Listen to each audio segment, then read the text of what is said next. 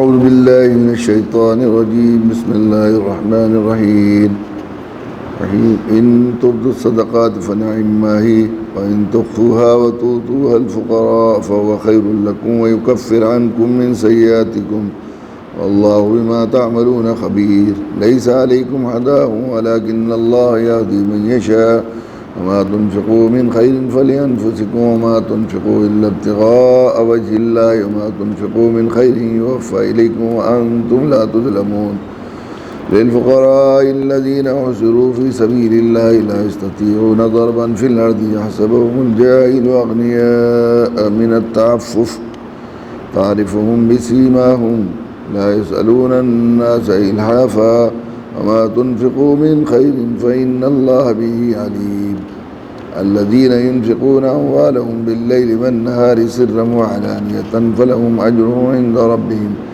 ولا خوف عليهم ولا هم يحزنون الذين يأكلون الربا لا يقومون إلا كما يقوم الذي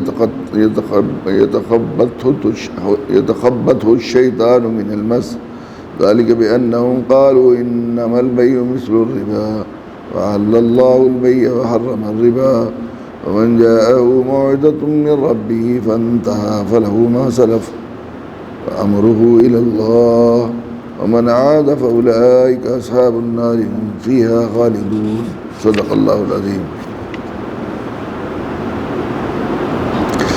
اگر تم صدقات ظاہر کر کے دو تب بھی اچھا ہے، اگر ان کو چھپا کر فقراء کو دو تو یہ تمہارے حق میں کہیں زیادہ بہتر ہے. اللہ تمہارا برائی کو کفارہ کر دے گا. اللہ تمہارے تمام کاموں سے پوری طرح باخبر ہے. صدقہ، خیرات، نیک کاموں میں خرچ، انفاق، اس کی فضیلت قرآن مجید بیان کرتا ہے. اور چونکہ اسلام دین فطرت ہے، انسانی فطرت و مزاج یہ ہے کہ جیسے ماحول میں آدمی رہتا ہے ویسا وہ بنتا ہے. ماحول کا اثر پڑتا ہے، جیسے ماحول میں رہے گا اس کا اثر اس پر پڑے گا. اچھے ماحول میں رہے گا اچھا بنے گا، برے ماحول میں رہے گا برا بنے گا. یہ ہوتا ہے انسان کا. بعض لوگ کہتے ہیں نہیں صاحب ہمیں کتنے مخالف ماحول میں لے جائیے، ہمیں ہم پر کوئی فرق نہیں پڑتا. وہ غیر فطری بات کہتے ہیں.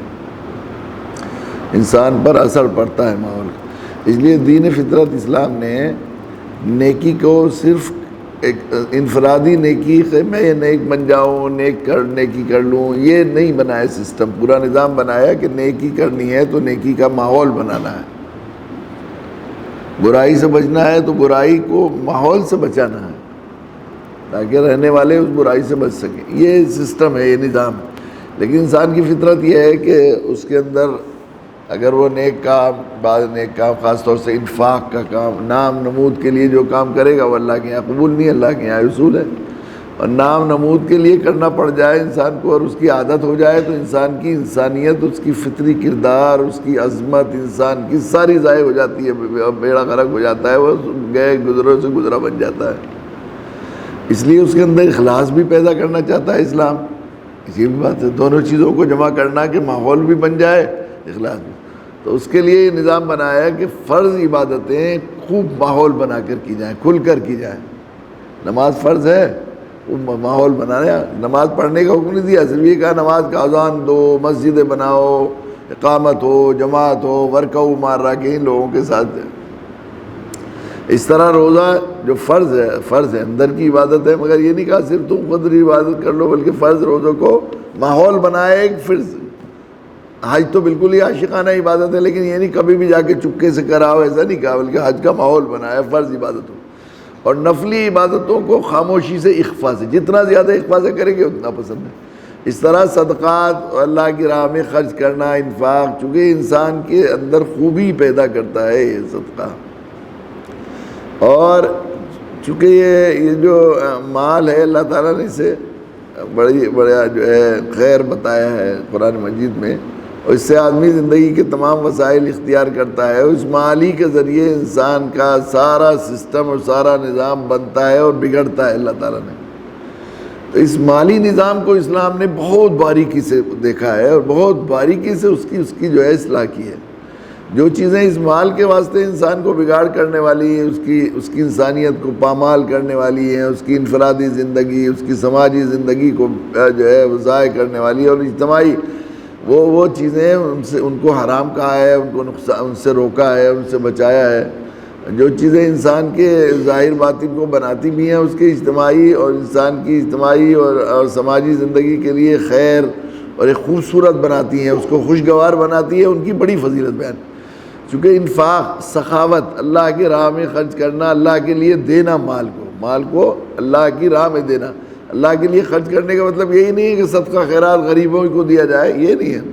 کھانا کھلانے کی اتنی فضیلت ہے تو بادشاہ کو بھی کھانا کھلائیں گے تو اللہ خوش ہوتے ہیں۔ کچھ یہی نہیں ہے کہ غریبی کو کھلانا ہے کھانا، خرچ کرنے کی عادت ہو۔ اصل میں یوں بھی یہ دنیاوی اعتبار سے بھی بڑا اسلام جو ہے، انسانی فطرت یہ ہے کہ وہی چاہتا ہے کہ میرے پاس مال ہے تو وہی میں مالدار رہوں، بلکہ اور مالدار بنوں، یہ چاہتا ہے کہ نہیں؟ اللہ کا قانون یہ ہے کہ جو چیز آپ بانٹتے جائیں گے وہ چیز آتی رہے، جو چیز آگے بڑھاتے جائیں گے وہ پیچھے جائیں۔ ہوا کو اگر روک لیں گے آپ تو پیچھے سے آنا بند ہو جائے گی، پانی پہ اگر روک لگا دیں گے تو پیچھے سے آنا بند ہو جائے گی۔ اس طرح جو چیزیں آپ چاہتے ہیں کہ آپ کے پاس زیادہ سے زیادہ ہوں، ایک بزرگ نے کہا کہ جو چیزیں آپ چاہتے ہوں کہ آپ کے پاس زیادہ سے زیادہ ہیں انہیں بانٹنا شروع کر دیجیے۔ آپ یہ چاہتے ہیں سب آپ کو محبت دیں تو آپ محبت بانٹنا شروع کر دیجیے۔ آپ یہ چاہتے ہیں سب آپ کو عزت دیں تو آپ دوسروں کو عزت بانٹنا شروع کر دیجیے۔ آپ چاہتے ہیں کہ خوب مال آئے آپ کے پاس تو آپ مال بانٹنا شروع کر دیجیے۔ جتنا مال بانٹیں گے، تقسیم کریں گے، اتنا ہی زیادہ آنا شروع ہو جائے گا۔ یہ اللہ کا قاعدہ ضابطہ ہے، یہ رابطہ ہے۔ اور یہ دینا اور یہ انفاق، تو اس لیے جو فرض اور واجب صدقات واجبہ اور صدقات جو ہے مکتوبہ ہیں، جو فرض کی گئی ہیں، ان کو عام ہے وہ کھول کر دینا ہے خوب۔ ان تبدوا الصدقات فنعم ما ہی، اگر تم کھل کر دو گے تو یہ آیت نازل ہوئی ان کے کیا نام حضرت، بعض روایت میں آتا ہے کہ حضرت ابوبکر صدیق رضی اللہ تعالیٰ عنہ نے جو ہے وہ 40,000 دینار صدقہ کیے۔ 40,000 دینار، 20,000 تو ایسے صدقہ کیے کہ سب کو پتہ لگ جائے، 20,000 ایسا دیے کہ وہ پتہ ہی نہیں لگا کسی کو کہاں دیے، کس کو دیے۔ تو اس پر یہ آیت شریفہ نازل، ان تبدوا الصدقات فنعم ما ہی، اگر تم صدقات کو کھول دو، لوگوں کو دکھاؤ تو یہ بھی تمہارے لیے اچھا ہے۔ وَإِن تُخْفُوهَا وَتُؤْتُوهَا الْفُقَرَاءَ وَهُوَ خَيْرٌ لَكُمْ، اگر اسے چھپاؤ گے تم اور خاموشی سے لوگوں کو دو گے تو تمہارے لیے زیادہ فائدہ ہے۔ وَيُكَفِّرْ عَنْكُمْ مِنْ سَيِّئَاتِكُمْ، اور تمہاری نیکیوں کو تم سے ازالہ صاف کر دیں گے، پاک کر لیں گے، اس کا کفارہ ہو جائے گا۔ وَاللَّهُ بِمَا تَعْمَلُونَ خَبِيرٌ، اللہ تعالیٰ تمہارے اعمال سے بڑے باخبر ہے۔ لَيْسَ عَلَيْكُمْ هُدَاهُمْ وَلَكِنَّ اللَّهَ يَهْدِي مَن يَشَاءُ، وہاں انصار میں بہت سے ایسے لوگ تھے جن کے خاندان مسلمان نہیں ہوئے تھے اور وہ تھے غریب، تو یہ کہا کرتے تھے اگر یہ مسلمان ہو جائیں گے تو ہم ان پر خرچ کریں گے، ان کو کہلوایا بھی کرتے تھے، تو شاید مال کے لالچ میں ہدایت یاب آ جائیں۔ تو اس پر یہ آیت نازل ہوئی کہ لیس علیک ہداہم ولکن اللہ یہدی من یشاء، آپ کے اوپر نہیں ہے ان کی ہدایت، لیس علیک، آپ کے ذمے نہیں ہے، انک لا تہدی من احببت، آپ جس کو چاہیں ہدایت دیں، ان علیک الا البلاغ، آپ کے ذمے تبلیغ ہے، پہنچانا ہے، آپ کے ذمے ہدایت آپ کے بس میں ہی نہیں تو آپ کے ذمے کیوں لگائیں گے ہم؟ لا یکلف اللہ نفسا الا وسعہا، تو آپ ان کی ہدایت کے اس درجہ اس میں مت ان کو بتائیے، یہ نہیں ہو، ولیکن اللہ یہدی من یشاء، اللہ چاہتے ہیں جس کو چاہتے ہیں ہدایت دیتے ہیں، تو یہ سمجھ کر کہ جب مسلمان ہو جائیں گے تب خرچ کریں گے، یہ صحیح نہیں ہے، بلکہ اللہ کی رضا کے لیے اگر آپ ایک ضرورت مند انسان پریشان ہیں، وہ عزیز بھی ہیں، آپ کے حقدار بھی ہیں، مستحق بھی ہیں، ان کو دیں گے تو ما تنفقوا من خیر فلانفسکم، جو تم خرچ کرو گے وہ تمہاری اپنی جان کے کام آئے گا، تمہارے خزانے میں جمع ہوگا، تمہاری ضرورت میں کام آئے گا، تمہارا اللہ کی رضا کا ذریعہ بنے گا۔ وما تنفقوا الا ابتغاء وجه اللہ، اور جو کچھ تم خرچ کرو گے اللہ کی خوشنودی کے سوا، ما تنفقوا الا ابتغاء وجه اللہ، اور جو تم خرچ کرتے ہو صرف کس لیے کرتے ہو؟ اس لیے کرتے ہو کہ اللہ کی رضا حاصل ہو، اس لیے حاصل نہیں کہ زبردستی مسلمان ہو جائیں گے، یہ صحیح نہیں ہے۔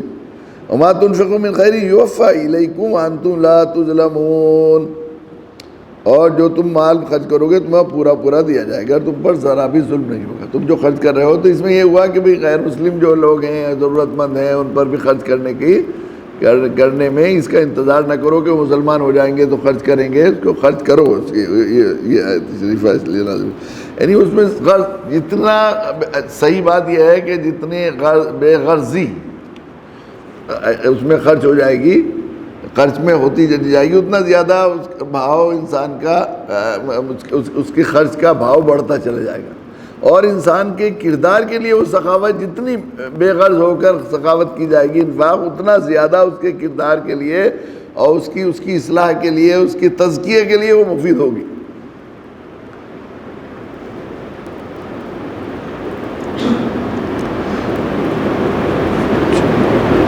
چونکہ مسلمانوں کے ساتھ ایک جذباتی تعلق ہے اپنا، یہ ہمارے وہ ہیں، ان کو خرچ کرے گا. جب غیر ایمان والوں پر خرچ کرے گا وہ، اور یہ بھی وہ نہیں ہے کہ ہدایت یاب ہو جائے، تو ظاہر ہے کہ اس کے لیے اس میں اور زیادہ بے غرضی ہوگی. للفقراء الذین احصروا فی سبیل اللہ لا یستطیعون ضربا فی الارض، مالی امداد کے مستحق وہ فقراء ہیں جنہوں نے اپنے آپ کو اللہ کی راہ میں اس طرح مقید کر رکھا ہے کہ وہ معاش کی تلاش کے لیے زمین پر چل پھر نہیں سکتے. روایت میں آتا ہے کہ یہ آیت شریفہ اصل میں اہل صفہ کے لیے نازل ہوئی. اہل صفہ کے لیے وہ لوگ جنہوں نے، صفہ والے کیا تھے؟ صرف اللہ کے نبی سے دین سیکھنا، اور اللہ کے نبی نے جہاں دعوت کے لیے جس کو بھیج دیا وہاں جانا. گویا دین کو سیکھ کر اللہ کے بندوں کو پہنچانے کے لیے انہوں نے اپنے تمام وسائل، معاش، سب کچھ ترک کر دیا تھا. تو یہ سارے انفاق کی ساری چیزیں کرنے کے بعد اور اللہ کی راہ میں خرچ کرنے کے فضائل بیان کرنے کے بعد آخر میں یہ ٹیپ کا بند ہے، گویا ابھی بالکل بام عروج پر سب سے بڑے انفاق، اور سب سے مفسرین نے لکھا ہے کہ سب سے بڑے اور سب سے مقبول انفاق کی طرف قرآن مجید میں کی اس آیت شریفہ میں کیا گیا ہے کہ سب سے زیادہ حقدار اور سب سے زیادہ مستحق تمہارے مال کے، تمہارے انفاق کے، اگر تم اللہ کی رضا کے لیے خرچ کر رہے ہو، وہ لوگ ہیں جنہوں نے اللہ کے دین، اعلاء کلمت اللہ کے لیے اور دین کی دعوت کے لیے اپنے تمام وسائل، اسباب معاش ترک کر کے اپنے آپ کو بس اللہ کے توکل پر چھوڑ دیا ہے. وہ جو صفہ کے لوگ تھے وہ کس پر تھے؟ وہ اللہ کے توکل پر تھے. بس اگر ملے گا تو کھا لیں گے، نہ ملے گا نہ کریں گے، بس یہ تھے. یحسبهم الجاہلیہ، اور وہ اپنے آپ کو اتنے مستغنی رہتے ہیں اور سوال سے اپنے آپ کو اتنا بچاتے ہیں اور اس طرح اپنے آپ کو بنا کر رکھتے ہیں کہ وہ ان پڑھ ناواقف لوگ ان کو سمجھتے ہیں کہ یہ لوگ بہت مالدار لوگ ہیں. ابھی تو پڑھے ہوئے کچھ کرتے نہیں اپنا، ان کے پاس بہت مال ہے، یہاں پڑھے ہوئے ہیں بالکل دین کے کام کے لیے بالکل لگے ہوئے ہیں. من التعفف، اپنی عفت اور اپنے سوال نہ کرنے کی وجہ سے، اپنے آپ کو محفوظ کرنے کی وجہ سے انہوں نے ایسا ظاہر کر رکھا ہے کہ لوگ سمجھتے ہیں، ناواقف لوگ، نادان لوگ یہ سمجھتے ہیں کہ یہ بہت مالدار ہے. تعرفہم بسیماہم، اگر تمہیں ہوش شعور ہے تو ان کے چہرے سے تمہیں اندازہ ہو سکتا ہے کہ کتنا ان کے پاس بھوک کے اثرات اور کیسے اثرات تم دکھتے ہیں. لا یسألون الناس الحافا، یہ چپٹ کر سوال وال نہیں کرتے کسی سے. بعض لوگ سائل ہوتے ہیں کہ وہ ایسا کرتے ہیں کہ دعا مانگنا سکھا دیتے ہیں، کیسے لیا جاتا ہے، کتنا نہیں چاہتا آدمی مگر دینے پہ مجبور ہو جاتا ہے. ایسا نہیں ہے چپٹ کے. وما تنفقوا من خیر فإن اللہ به علیم، اور ان کے لیے جو کچھ تم خرچ کرو گے اللہ خوب جانتا ہے. یہ سب سے زیادہ حقدار ہے یہ. تو علماء نے لکھا ہے کہ مفسرین نے بعض روایت نقل کی ہیں کہ سب سے بہترین مصرف ایسے لوگوں پر خرچ کرنا ہے جنہوں نے اپنے آپ کو چھپا رکھا ہو، اپنے فقر کو، اپنی پریشانی کو، اور خصوصاً دین کے کاموں میں کے لیے انہوں نے اپنے روزگار ترک کر دیے ہوں، اپنی معاش کو ترک کر دیا ہو، اور وہ دین کے لیے اپنے توکل اللہ کے ذات پر توکل کر کے ان پر وہ کرتے ہو خرچ ہو. الذین ينفقون اموالهم باللیل والنہار سرا وعلانیۃ فلہم اجرهم عند ربہم ولا خوف علیہم ولا هم یحزنون. جو لوگ اپنے مال دن رات خاموشی سے بھی، علانیہ سے بھی خرچ کرتے ہیں، اپنے پروردگار کے پاس اپنا ثواب پائیں گے، نہ انہیں کوئی خوف لاحق ہوگا نہ کوئی غم ہوگا. یہ انفاق کی جو ہے وہ فضائل بیان کیے گئے ہیں. اب دوسرا ایک پہلو ہے جو انسانی فطرت کے لیے جتنا یہ مفید ہے خرچ کرنا، اور انسانی سماج اور معاشرے کے لیے اتنا ہی وہ مضر ہے. سود پر ہو کیا گیا، سود کی مضرات اور سود کے اوپر سود کی حرمات اور سود کے سلسلے میں یہاں پر یہ آیات جو ہے وہ نازل کی گئی ہے. یہ اللہ کے راہ میں خرچ کرنا، یہ سخاوت انسان کا بہترین زیور ہے. اس لیے اس کو آخری درجے میں پسند کیا ہے. میں نے کئی دفعہ یہ روایت بار بار دہرائی جا رہی ہے کہ اللہ کے نبی نے یہاں تک ارشاد فرمایا سخی اللہ کے قریب ہے, جنت کے قریب ہے, فرشتوں کے قریب ہے اگرچہ وہ فاسق ہو, اور بخیل اللہ سے دور ہے, جنت سے دور ہے, فرشتوں سے دور ہے اگرچہ وہ تہجد گزار ہو. اس لیے کہ انفاق, اور یہ انفاق میں ایک بات یہ سمجھ لیجئے کہ خرچ کرنے کے لیے کچھ پیسہ ہونا ضروری نہیں ہے کہ مالدار ہو تو خرچ کرے گا. یہ سخاوت کی صفت اللہ کی راہ میں دینا, یہ جو ہوتا ہے یہ پیسہ نہیں. خیر الغنا غنا النفس, اللہ کے نبی صلی اللہ علیہ وسلم نے فرمایا کہ مالداری جو ہے وہ دل کی مالداری ہے. جیسے استغنا بھی, بعض لوگ غریب ہوتے ہیں لیکن کبھی کسی سوال نہیں کرتے, دیکھا ہوگا آپ نے, سوال کیا کسی کو ظاہر بھی نہیں ہونے دیتے, ایسا بہت سے ہیں. اور لیکن ظاہر ہے کہ وہ, اور بعض لوگ اب آپ گرد و نواح میں چاروں طرف آپ دیکھیں گے اللہ کے نبی صلی اللہ علیہ وسلم نے ارشاد فرمایا الید العلیٰ خیر من الید السفلی, اوپر والا ہاتھ نیچے والے ہاتھ سے بہتر ہے. چونکہ اوپر والے کو, دینے والے کو ہمیشہ عزت ہوتی ہے, اس لیے اسلام نے یہ مزاج بنایا اللہ کے نبی صلی اللہ علیہ وسلم نے کہ لوگ دینے والے ہی بنے. اللہ کے نبی صلی اللہ علیہ وسلم نے یہی مزاج بنایا لوگ. قرآن نے جہاں اہل ایمان کی خوبیاں بیان کی ہیں سورہ منافقون میں, سورہ مومنون میں, وہاں ایک جو قد افلح المومنون, فلاح پائے ایمان والے, اس میں ایک خصوصیت والذین هم للزکاۃ فاعلون, وہ لوگ ہیں جو زکوٰۃ کے سلسلے میں فاعل رہتے ہیں, دینے والے ہیں, زکوٰۃ لینے والے نہیں بنتے. اضطراری مجبوری کی حالت میں زکوٰۃ لینے کی اجازت ہے, اختیاری حالت میں اسلام یہ نہیں پسند کرتا کہ زکوٰۃ لے آدمی. لیکن اس کا یہ بھی پہلو ہے کہ جو شخص مستحق ہے زکوٰۃ کا, شرعاً اس کے لیے جائز ہے زکوٰۃ, تو اس کو حقیر سمجھنا یا اسے یہ سمجھنا ہے کہ 2 نمبر کا مال کھا رہا ہے. بعض یہ مدارس میں عام طور پر یہ بڑا وہ چل رہا ہے, بعض مدرسے کھول جاتے ہیں, نہیں صاحب ہم تو بالکل ایک زکوٰۃ کا صدقہ نہیں لیتے, ہم تو صرف وہ لیتے ہیں, یہ کہتے ہیں. بھئی اگر صدقہ اور زکوٰۃ حساب ہے, اگر صدقہ اور زکوٰۃ ان کے لیے جائز ہے تو حلال طیب ہے. آپ نے فقہاء بالکل اس میں صراحت کی ہے کہ آپ کسی غریب ضرورت مند عزیز کے یہاں گئے, زکوٰۃ کا پیسہ لے کر اسے دے دیں, آپ نے پوری زکوٰۃ یا صدقہ فطر اس کو دے دیا, 10,000 روپے 5,000 روپے, اور اس نے اس سارے کے سارے پیسوں سے آپ کی ضیافت کر دی کہ میرے ماموں آئے, میرے چچا پہلی مرتبہ آئے گھر, ان پیسوں کو لے کے ساری, تو آپ کے لیے وہ مال 100% پاک اور طیب حلال ہے, اس کے لیے بھی 100% طیب اگر وہ وقتدار ہے. تو اس کو حقیر سمجھنا یہ بھی ایک, یہ آدمی کئی بڑے, شیطان بڑا ہوشیار ہے, وہ انسان کو کرتا ہے عموماً کسی مومن کو ذلیل کرنا. سود کے 70 سے زیادہ درجے ہیں, ادنا درجے کا گناہ اپنی ماں سے زنا کرنے کے برابر ہے, اور بدترین سود کسی مسلمان کی آبرو ریزی کرنا ہے, اس کو ذلیل کرنا ہے, اس کی تحقیر کرنا, اس کو حقیر جاننا, اس کو حقیر کہنا, یہ ہے بات. تو یہ بھی دونوں پہلو اس میں رہنے چاہیے.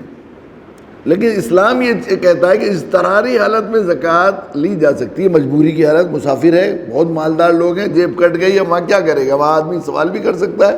3 دن کا فاقہ ہو گیا, اب اگر مر جائے گا تو حرام ہوگا, اس سے سوال کر لینا چاہیے. مردار بھی اگر اسے نہیں مل رہا ہے تو سوال کر کے وہ اپنی روٹی کا کھانے کا انتظام کر لے کسی جگہ, اور کوئی ہو نہیں سکتا کچھ. تو یہ ہے, تو یہ اضطراری حالت ہوئی. لیکن اختیاری حالت میں زکوٰۃ دینے والا بننے کی اللہ کے نبی صلی اللہ علیہ وسلم نے ایسا مزاج بنایا کہ حضرت عمر ابن عبدالعزیز تک آتے آتے مملکت اسلامی 2/3 دنیا پر تھی, لیکن پوری مملکت میں زکوٰۃ لینے والا نہیں ملتا تھا. ساری زکوٰۃ بیت المال میں ہی جمع کی جاتی تھی, ایسا تھا. اور اللہ نے کہ نبی نے, ایک صحابی آئے, یا نبی اللہ میں بہت غریب ہوں, فقیر ہوں, تمہارے گھر میں کچھ ہے؟ نے کہا کچھ ہے نہیں. کہ جاؤ دیکھو جاؤ. بعض روایت میں آتا ہے ایک پیالہ ہے, بعض میں زیرہ, وہ لے کر آئے پیالہ کہ اسے بیچ آؤ.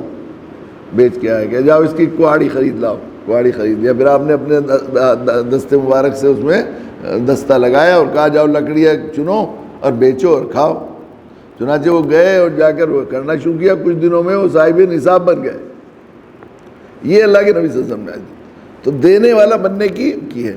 اور یہ دینے والا بندہ, میں نے کہا کہ خیر الغنا خیر الناس, آدمی کی یہ ہے کہ جب آدمی دینے پر آمادہ ہو جائے, یہ ہوتا ہے نا, جب آدمی طبیعت دینے والی بن جائے نا, تو آدمی بس پھر دینے والا بنتا ہے. ہم نے دیکھا بہت سے گرد و نواح میں دیکھیں گے آپ, غریب عزیز اور رشتہ دار ایسے ہوتے ہیں کہ وہ جہاں جائیں گے وہ اپنے عزیزوں پر چڑھاتے ہیں، دوستوں پر، اس پر. اور بعض بڑے مالدار لوگ ہوتے ہیں وہی چاہتے ہیں بڑے بڑے مہاجن کہ اس سے بھی مل جائے، اس سے بھی مل جائے، اس سے بھی مل جائے. نیت فقیری کی ہوتی ہے نا، لینے کی، سوال کی نیت بن جاتی ہے. اور جب آدمی، یہ اللہ کا قاعدہ ہے، جب آدمی دینے والا بننا چاہتا ہے تو اللہ دینے، چونکہ دینے، ایک بات یہ بھی ہے، ایک بات اصولی یہ بات سمجھنی چاہیے، جس چیز کو شریعت نے حکم کیا ہے ہمیں کچھ کرنے کا، ترغیب دی ہے یا ہمیں حکم دیا ہے، فرض واجب یا مستحب بنایا ہے جس چیز کو، وہ ہمارے اختیار میں ہے. اب اگر ہمیں سخی بننے کا حکم دیا ہے، سخی بننے کی ترغیب دی ہے، تو ہم سخی بننا چاہیں تو بن سکتے ہیں، دینے والا بننا چاہیں تو، اور اگر ہم لینے والا بننا چاہیں تو لینے والے بن جائیں گے ساری زندگی. ہم اس سے بھی سوال، اس سے بھی سوال. اگر دینے والا بننا چاہیں گے تو دینے والا بن جائیں گے. تو دینے ہونا نہ ہونا نہیں ہے اس میں. بعض لوگ ایسے ہوتے ہیں بالکل ایسے، دیکھیں گے کہ میں نے یہی بات ابھی یاد کر رہا تھا میں، کہ بعض بڑے مالدار ہوتے ہیں لیکن ادھر سے بھی لینا، ادھر سے بھی، یہاں سے بھی آ جائے، وہاں سے بھی آ جائے. ہر وقت نیت یہی رہتی ہے ان کی کہ اس کی جیب سے بھی میری جیب میں آ جائے، اس کی جیب سے بھی. اور بعض لوگ غریب ہوتے ہیں وہی چاہتے ہیں وہاں خرچ کیا جائے، یہاں خرچ کیا جائے. بعض لوگ جب اللہ تعالیٰ سخاوت عطا فرماتے ہیں ظاہری شکل پہ بھی، آدمی جو ہے سوال کر رہا ہے سخاوت دینے کے لیے، ایسا بھی ہوتا ہے. میں نے اس میں جو ہے ہدیہ دعوت میں واقعہ لکھا ہے. ایک بزرگ ہے حضرت شاہ ابو الحسن نوری، بہت بڑے علماء میں ہمارے کابرین کے سردار ہیں. حضرت جنید بغدادی رحمۃ اللہ علیہ کے معاصر ہیں. تو وہ ایک دن فجر کی نماز ہوئی، بڑے جامع مسجد میں نماز پڑھی انہوں نے. عام طور پر اس میں نہیں پڑھتے تھے، ان کے محلے کی مسجد تھی، جامع مسجد میں پڑھی نماز، بہت جہاں بھیڑ ہو. اور وہاں دروازے کے باہر کھڑے ہو کر کہنے لگے، بھائیو اللہ کے لیے کچھ مجھے دو، بھائیو اللہ کے لیے کچھ دو، اللہ کے لیے کچھ دو، کچھ صدقہ خیرہ، کچھ اللہ کے لیے مجھ پر احسان کرو اللہ کے. اتنے بڑے عالم. حضرت جنید بغدادی کا کوئی خادم بیٹھا وہاں تھا، نماز پڑھ رہا تھا. اس نے آ کے حضرت جنید بغدادی سے کہا کہ ابو الحسن نوری نے تو علماء کا نام بدنام کر دیا. وہاں جامع مسجد میں جا کر سب کے سامنے سوال کرنے لگے. مسجد میں غیر اللہ سے سوال کرنے کی ویسی بھی ممانعت ہے، ذرا کسی چیز کا دنیا کا کام وہاں کرنا ہے، وہاں کیا ہوا. تو حضرت جنید بغدادی رحمۃ اللہ علیہ کہنے لگے، نہیں وہ ابو الحسن اللہ والے ہیں، کوئی نہ کوئی مصلحت ہوگی، کوئی نہ کوئی مصلحت ہوگی دینے. تو پھر خیال آیا کہ ہو سکتا ہے ابو الحسن پر فاقے ہو رہے ہوں 3 دن کے، اور بالکل موت قریب آ گئی ہو، اس لیے شرعاً سوال ضروری ہو گیا ہو، تو بیچارے ضرورت مند ہیں. تو انہوں نے اپنے خادم کو اسی کو بلایا، بلا کے ایک ڈلیا منگوائی اور 100 درہم تول کر ہوتا تھا نا، چاندی کے سکے بغیر وزن کے اندازے کے بنے ہوئے ہوتے تھے، ان کو تول کے بانٹا جاتا. 100 درہم تول کر ڈلیا میں ڈالے، اور ڈالنے کے بعد پھر 2 لپوں یوں اپنے اس میں سے اور ڈال دی، کو جاؤ دیا ابو الحسن. اب وہ گئے شاہ ابو الحسن نوری کے پاس. جیسے ہی وہ پہنچا، اچھا جنید بغدادی نے بھیجا ہے، تو یہ بڑا ہوشیار بنتا ہے، رکھ یہاں ڈلیا، رکھ دی. پھر ترازو لا جا، چل ترازو لے کر آ. اب ترازو ملی نہیں، ادھر ادھر سے ترازو لے کر آیا تو 100 درہم تولے. اب تولنے کے بعد باقی الٹ لیے اپنے پاس، اور اسے ڈلیا میں کہہ کے کہ جا، تیرے جو تھے لالچی کہیں کے، جو تیرے تھے تیرے واپس کر دیے، جو میرے تھے لے لیے ہم نے. اب واپس پہنچے، لے کر پہنچے کہ انہوں نے کہا یہ 100 درہم واپس کر دیے، جو 272 بعد میں ڈالے تھے وہ رکھ لیے. اب انہیں بڑا خیال ہوا یہ بات کہ یہ کیا ماجرا ہے، انہیں تو وہاں تھے بھی نہیں، 100 درہم تولے تھے، 272 رکھے تھے، کوئی ماجرا کیا ہے. تو وہاں پہنچے، انہوں نے جا کر کہا کہ میں نے کہا، حضرت جنید بغدادی رحمۃ اللہ علیہ سے پوچھا کہ حضرت یہ کیا ماجرا ہے، آپ نے پہلے تولے کیوں تھے، جب تولے تھے تو 272 کیوں ڈالے، اور پھر انہوں نے 272 رکھ لیے، وہ تلے ہوئے واپس بھیج دیے. کہ میں یہی کہہ رہا تھا کہ ابو الحسن اللہ والے ہیں، وہ مانگتے بھی ہیں تو دینے کے لیے مانگتے ہیں. سوال بھی کیا ہے انہوں نے دینے کے لیے، سخاوت میں سوال کیا انہوں نے. اب یہ ابو الحسن ہی سے جا کے پوچھو تم کیا بات ہے.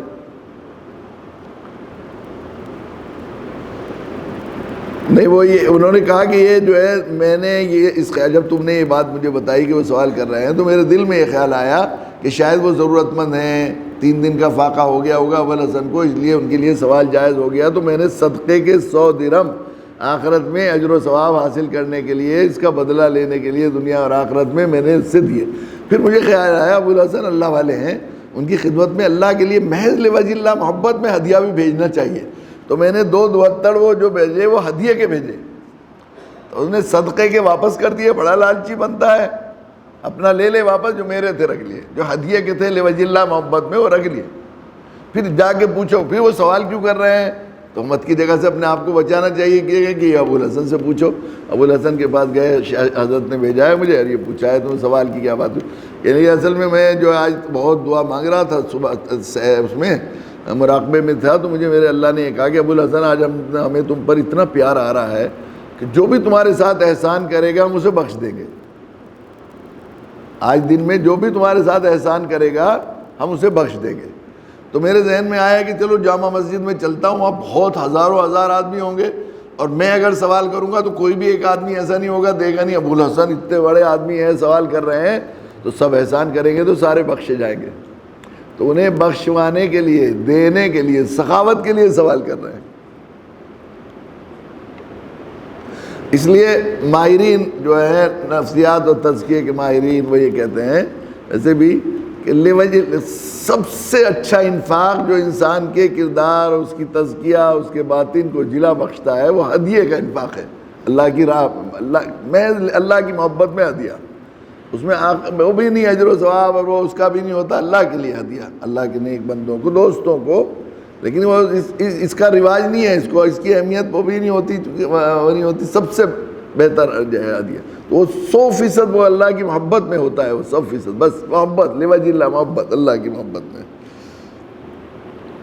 اب یہاں پر وہ کیا ہے, الذین یاکلون الربا لا یقومون الا کما یقوم الذی یتخبطہ الشیطان من المس.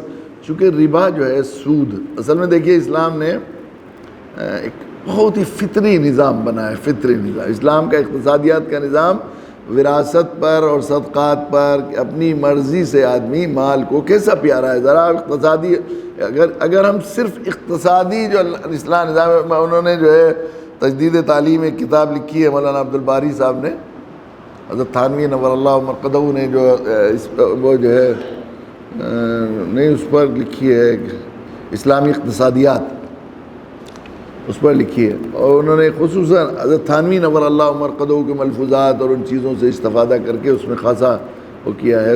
بڑی اہم مارکت العرا کتاب ہے. اگر ہم آج کے زمانے میں سارا نظام دنیا کا مال پر ہے, پورا سسٹم بس مادے پر یقین اور ایمان یہ ہو گیا, اور مادے کی ابا اماں کیا ہے, مال, پیسے سے سب کچھ بنتا ہے, جو چیزیں ہیں وہ ہیں, تو مال پر ہے پورا. اور اس مال کے جو اسلامی نظام ہے, اگر ہم صرف اس کا تعارف کرا دیں دنیا کو, اسلام نے وہ کیا ہے, تو صرف لوگوں کے ایک بڑی دنیا کے اسلام میں آنے کے لیے کافی ہوگا. اب یہ سود کا نظام جو دنیا جس کو بالکل انسانیت کو, پورے سسٹم کو کر دیا. مجھے یاد ہے کہ کسی جو وہ تھے جب بل کلنٹن امریکہ کے پریزیڈنٹ تھے, تو انہوں نے وہاں اس میں شکاگو میں ایک اسلامی بینک کا افتتاح کیا تھا. تو انہوں نے یہ کہا تھا کہ میں کافی دنوں سے یہ بات پڑھ رہا ہوں اور غور کر رہا ہوں, اور اس نتیجے پر پہنچا ہوں کہ اگر اسلام کی دعوت کو قبول کرتے ہوئے دنیا سے سود کا خاتمہ کر دیا جائے, دنیا سے سود کا خاتمہ کر دیا جائے, تو اقتصادی جرائم سارے ناپید ہو جائیں گے. چوری, ڈاکہ, جوا, سٹہ, لوٹ مار, بے ایمانہ, خیانت, یہ سب ختم ہو جائیں گے. اس لیے کہ سود سے عدم مساوات, نابرابری پیدا ہوتی ہے. سود کا نظام کیا ہے, سود لیتے کون ہے, مالدار, اور سود دیتا کون ہے, غریب. تو غریبوں کے پاس جو پیسہ ہے وہ اور مالدار کے پاس ہے, مالدار اور مالدار ہو جاتا ہے, اور غریب ہوتا ہے. اور جتنی یہ نابرابری, عدم مساوات پیدا ہوتی چلی جائے گی, اتنا زیادہ غریبوں میں لوٹ کا, مار کا, پھر اسے حاصل کرنے کے لیے جوئے کا, چوری کا, ڈاکے کا. جب غربت ہوگی اور پریشانی ہوگی تو اسے حاصل کرنے کے لیے جوئے کا, چوری کا, خیانت کا, جھوٹ کا, جو ذخیرہ اندوزی کا, پھر کمانے کے لیے, تجارت کے لیے, اس کے لیے مال کو کرنے کے لیے ساری چیزیں اس سے شروع ہوتی ہیں. اور اسلام کا جو وراثت کا اور انفاق فی سبیل اللہ کا نظام ہے, آدمی اپنی مرضی اور خوشی سے اپنی اللہ کو راضی کرنے کے لیے اپنے مال کو غربا اور ضرورت مندوں اور کم مال والوں میں تقسیم کرتا جاتا ہے خوشی سے. یہ نظام ہے ایسا. تو چونکہ سود میں کیا ہوتا ہے, دیکھیے ہر کوئی بھی جرائم اور یہ جو کیے جاتے ہیں کچھ نہ کچھ نفع حاصل کرنے کے لیے. ڈاکہ کیوں ڈالتا ہے, نفع حاصل کرتا ہے. ڈاکہ ڈال لیا تو ڈاکو کو تو کچھ فائدہ ہوا نہیں. جوا کیوں کھیلتے ہیں, جوا کرنے والا وہ سوچتا ہے کہ مجھے کچھ فائدہ ہو. اسمہما اکبر من نفعہما جو کہا ہے وہ یہی بات ہے. تو اس طرح سود میں بھی ہے، کسی کو تو فائدہ ہو جاتا ہے، کچھ فائدہ ہو جاتا ہے تھوڑا سا، لیکن عام ملی اور اجتماعی طور پر وہ سماج کے لیے انتہائی مہلک اور زہر ہے، ایسا کیا جائے گا۔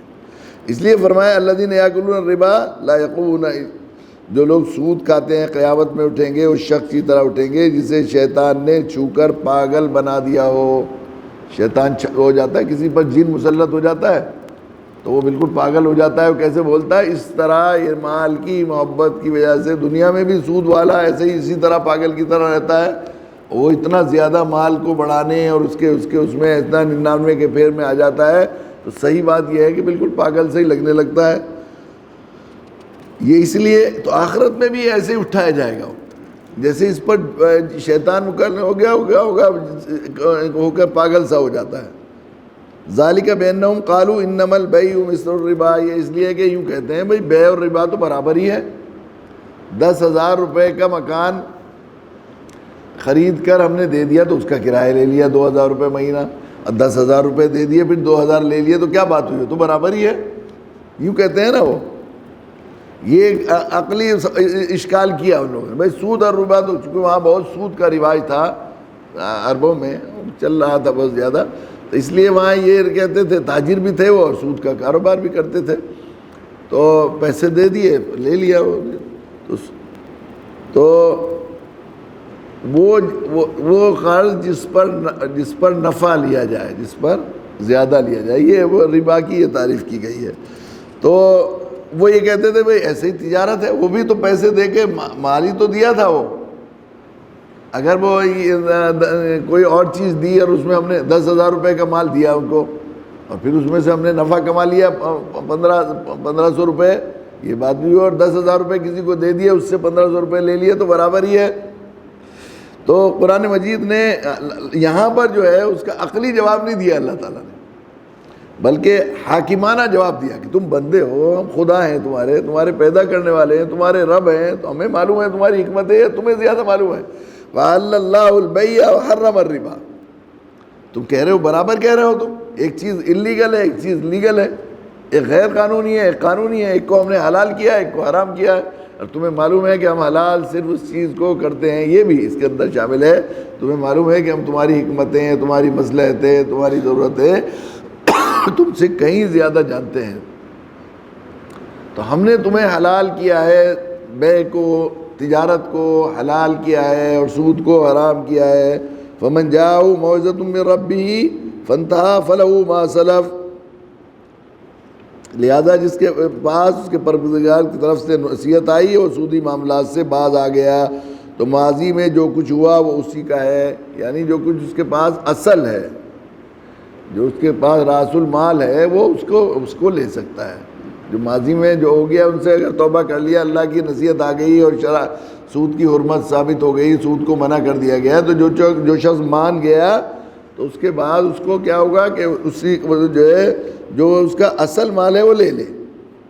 وَأَمْرُهُ إِلَى اللَّهِ فَمَنْ عَادَ فَأُولَٰئِكَ أَصْحَابُ النَّارِ هُمْ فِيهَا خَالِدُونَ، اور سب معاملے باقی معاملے دیکھیے، لیکن اگر جو ہے جو پچھلا جو ہو گیا وہ اللہ کے اوپر ہے، یعنی یہ نہیں کیا بے فکری پیدا نہیں کی کہ سود کی جو پچھلا کر لیا تو ٹھیک ہے، بس اللہ کے پچھلے معاملے اللہ کے والے ہیں، جس شخص نے لوٹ کر پھر وہی کام کیا تو ایسے لوگ دوزخی ہیں جو ہمیشہ اس میں رہیں گے۔ حکم آنے کے بعد، منع ہونے کے بعد، حرام ہونے کے بعد پھر دوبارہ اگر اس نے سود لیا یا پچھلا سود مانگنے لگا، بعض لوگ کیا کرتے تھے، وہاں قبیلہ تھا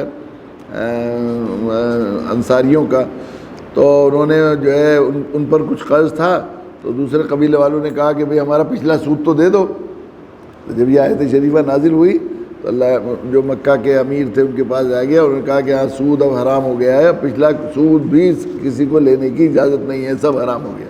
تو جس نے پھر مانگا پچھلا سود کہ پچھلا تو ہو گیا، حرام تو اب ہوا ہے لیکن پہلا معاملہ تو ہے، تو اللہ کے نبی صلی اللہ علیہ وسلم نے اس خیال سے کہ کہیں یہ نہ کہیں جو ہے حجۃ الوداع میں سود کے پچھلے جاہلیت کے سود سارے معاف کر دیے گئے، اور میں سب سے پہلے اپنا حضرت عباس اپنے چچا کا سود معاف کرتا ہوں۔ اللہ کے نبی صلی اللہ علیہ وسلم، دیکھیے یہ بہت سے ماہرین اور بہت سے واقفین نے اس سلسلے میں بڑی بحثیں کی ہے، اور بہت کہ اللہ کے نبی صلی اللہ علیہ وسلم کی دین کی دعوت کتنا جلدی، کتنی کم مدت میں، پوری تاریخ انسانی میں اتنی جلدی جتنی ہے تیزی کے ساتھ اللہ کے نبی صلی اللہ علیہ وسلم کا دین حجاز میں پھیلا، پوری دنیا میں پھیلا، کوئی تحریک اس طرح نہیں پھیلی۔ اس کے کیا عوامل تھے، کیا وجہ تھی؟ سب سے زیادہ اللہ کے نبی صلی اللہ علیہ وسلم کی دعوت کی اثر آفرینی میں اور اس کے جلدی سے دنیا میں پھیلنے میں سب سے بڑی چیز کیا تھی؟ اس کے عوامل پر غور کیا ہے تو آخر غیر مسلموں نے، مستشرقین نے بھی یہی بات لکھی ہے اور مسلمانوں نے بھی یہ لکھی ہے کہ اللہ کے نبی صلی اللہ علیہ وسلم کی دعوت کی سب سے بڑا امتیاز یہ تھا کہ آپ نے اپنی دعوت کی صداقت کے لیے جو چیز پیش کی وہ تھی آپ فقط لبثت فیکم عمرا من قبل، یہ اپنا کردار، اپنا عمل پیش کیا۔ میں دعوت دے رہا ہوں، میری بات نہیں مانو گے، میرا کردار تمہارے سامنے، میں ایک زندگی تمہارے سامنے گزار چکا ہوں۔ آپ نے جس چیز کی دعوت دی، خصوصاً جس چیز کو دوسرے کو دعوت دی، اس پر اس سے زیادہ خود عمل کیا۔ 5 وقت کی نماز آپ پر فرض تھی، امت پر فرض کی، تو آپ پر تہجد بھی واجب تھی، وہ 6 وقت کی نماز تھی، اور بھی پڑھتے تھے، اتنی پڑھتے تھے کہ پیروں پر ورم آ جاتا تھا۔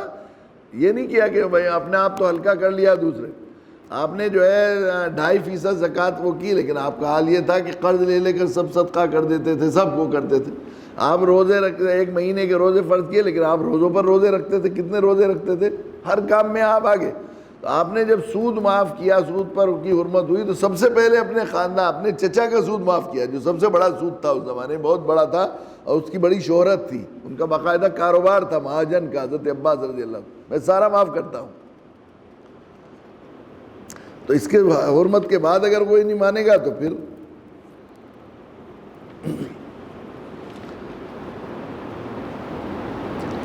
افسوس یہ ہے کہ ہم نے ایسے پیارے نظام کو، ایسے پیارے دین کو چھپا کر رکھ لیا ہے اور لوگوں کو بتایا نہیں۔ تنگ سی، قرآن مجید کسی شاعر نے کہا تھا، تنگ سی گلیوں میں دنیا ٹھوکریں کھاتی رہی اور وسعتوں کا آزما جزدان میں لپٹا رہا۔ یہ قرآن مجید اس کا ایک اصول، ایک پوری شعبہ ہے زندگی کے لیے، ایسے جامع، ایسے فطری اور انسانی فطرت کے لیے موضوع ترین اصول، بالکل اشش کرتا ہے آدمی۔ کیسا میں نے بتایا تھا ڈاکٹر کے شرما کا اس روز کہ وہ کیسی مسیح نے جو پرچہ پڑھا تھا شاہ ولی اللہ پر سیمینار ہو رہا تھا وہاں کوالالمپور یونیورسٹی میں، کہ جس طرح لینن اور کارل مارکس کو افراد اور میڈیا مل گئے، تو شاہ ولی اللہ کو اگر اس طرح افراد اور میڈیا مل گئے ہوتے تو دنیا میں اسلامی انقلاب برپا ہوتا، کمیونسٹ کا وہ دنیا کا ساتھ دیتا۔ اور اسلام یہ کہتا ہے، انہوں نے کہا کہ شاہ ولی اللہ یہ بات بتائیے کہ اسلام یہ کہتا ہے کہ دعوت اسلام میں ایک فریضہ نہیں بلکہ ایک طرز زندگی کا نام ہے دعوت، یعنی آدمی صرف انفرادی اور خود غرضی کی زندگی نہ جیے بلکہ جو خیر اسے مل گئی اس فطرت اور اس دھن کے ساتھ جیے، اس کوڑن کے ساتھ اور اس جذبے کے ساتھ جیے کہ جو بھلائی میرے پاس ہے، اس سسٹم اور اس نظام کے ساتھ اسلام جینا سکھاتا ہے کہ جو بھلائی میرے پاس ہے ہر ایک کو مل جائے اور جس خطرے سے میں نقصان سے میں بچاؤں سب بچ جائے، اس کا نام دعوت ہے۔ یہ طرز زندگی ہے، ایک وے آف لائف ہے، بتاتا ہے۔ تو جب میں جو ہے مال خیر ہے تو سب کے پاس جائے، یہ نظام بنایا اس نے، صرف چند لوگوں کے پاس نہ رہے۔ جس خطرے سے میں بچا ہوا ہوں، عیب سے، گناہ سے، برائی سے، جرم سے، جس سے سب بچے، ایسا نظام دیا ہے اسلام نے۔ یقیناً یہ انسانی فطرت کی اندر کی جو ہے پیاس ہے، اندر ایک سلیم الفطرت انسان یہی چاہتا ہے کہ ایک ایسے ماحول میں رہے جس میں سب اچھے ہوں، سب خوشحال ہوں، سب اچھے ہوں، سب برائی سے بچے ہوئے ہوں، سب کے پاس کپڑے پہنے ہو، سب اچھے ایک آدمی بہت اچھے کپڑے پہنے ہوئے ہو اور سب میلے و بدبودار کپڑے پہنے ہوئے ہوں، چاروں طرف بیٹھے ہوں، تعفن آ رہا ہو، تو اسے راحت مل سکتی ہے؟ کتنی بھی خوشبو اس نے لگا رکھی ہو، نہیں ہو سکتی۔ انسان یہ چاہتا ہے چاروں طرف سب کے پاس خوشبوئیں لگی ہوں، چاروں طرف مہکی ہوں، اس کا لطف ہی الدوبالا ہوتا ہے، الگ ہوتا ہے۔ کاش کہ ہم اسلام کی اس نعمت سے لوگوں تک کو کر سکتے اور قرآن کے اس پیغام کو اور قرآن کی ہدایت کو دنیا انسانیت تک پہنچاتے۔ وآخر دعوانا الحمدللہ رب العالمین۔